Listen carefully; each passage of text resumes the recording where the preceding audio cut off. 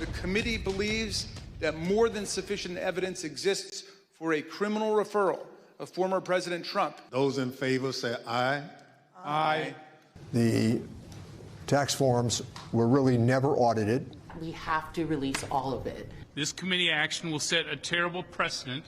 We will win because we are united. Ukraine, America, and the entire free world.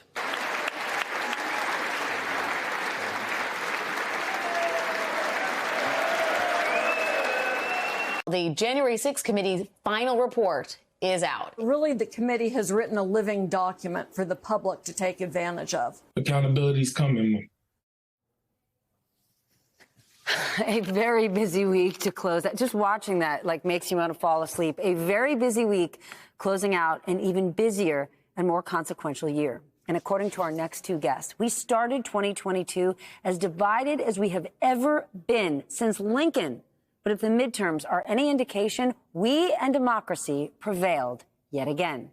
Here now, celebrated author and presidential historian Michael Beschloss. His latest book, Presidents of War, joins us. Also here, historian Jon Meacham, who occasionally advises President Biden. He is the author of many, many amazing things, but most recently, And Then There Was Light, Abraham Lincoln and the American Struggle. Both are out now, gentlemen.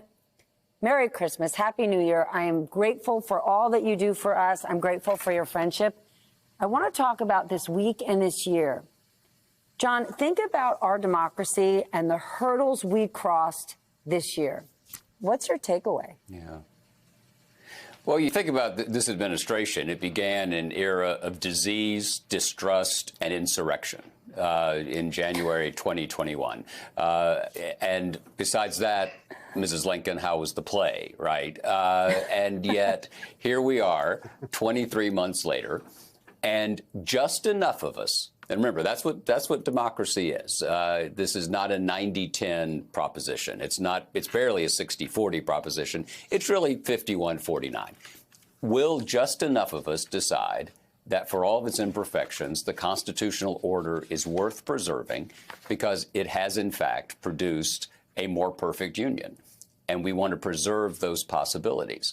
What you saw in the midterm elections with the defeat of the clearly wrong, cynical, misled election deniers was a vote for truth. We can disagree on policy. I think we all pray for a moment where we go and we're all arguing about marginal tax rates again, right? Mm-hmm. Bob Dole versus George Mitchell. Let's take it, right? That's fine. Beschloss, we fantasize about this, if only we could have Bob Dole and George Mitchell fighting again. But if we disagree about reality, then we're doomed. American democracy is not a reality show. It's reality. And I think just enough of us have recognized that anew. Well, what's the reality of where we are right now, Michael? Because democracy has prevailed. Democracy has prevailed, and let's just enjoy this moment. This year is closing in a wonderful way.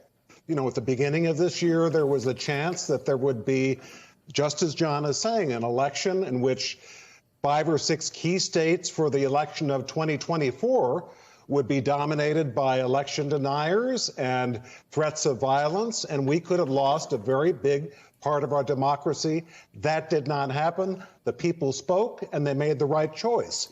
And then now we've got this January 6th committee report. Let's imagine if that had not happened.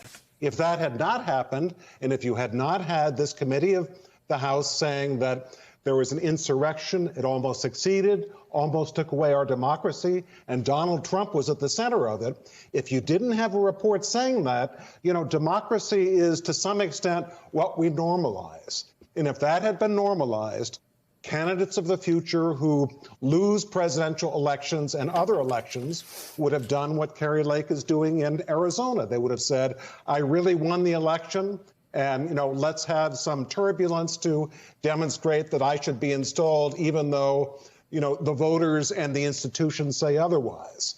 So between the election of this year and the January 6th report, it sort of reminds me 60 years ago, President Kennedy had an interview in the Oval Office with reporters from the three networks. It was just after the Cuban Missile Crisis, and he said, "I think we ought to be rather pleased with ourselves this Christmas."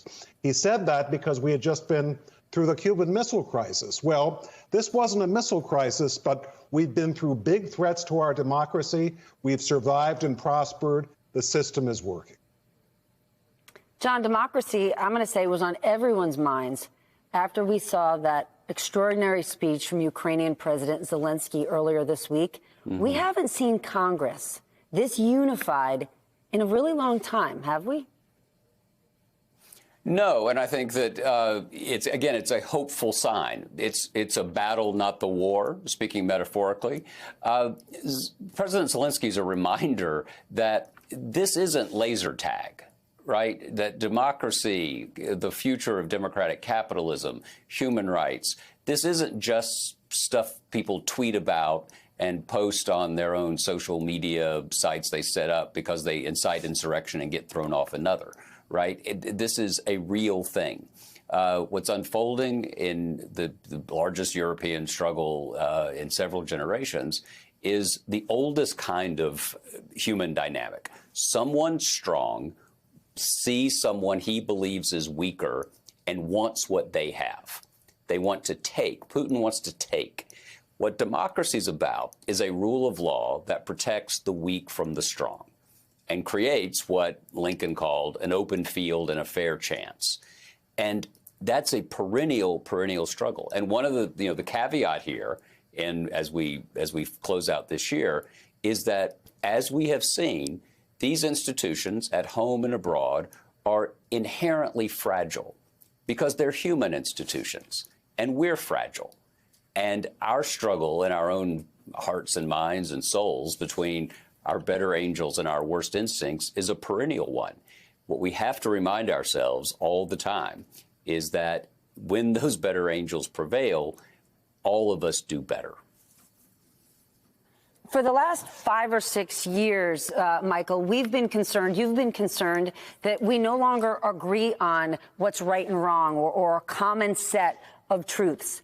But as we close out the year, President Zelensky, with the exception of a few far-right rabble-rousers, got pretty extraordinary bipartisan support this week.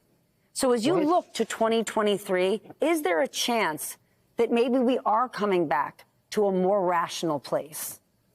Would sure be nice to think, and I think the other evening was a harbinger of that. I agree with you, Stephanie, because, one of the toughest things I think John would agree for a president to do is get Americans to make pretty big sacrifices for a place that they know very little about.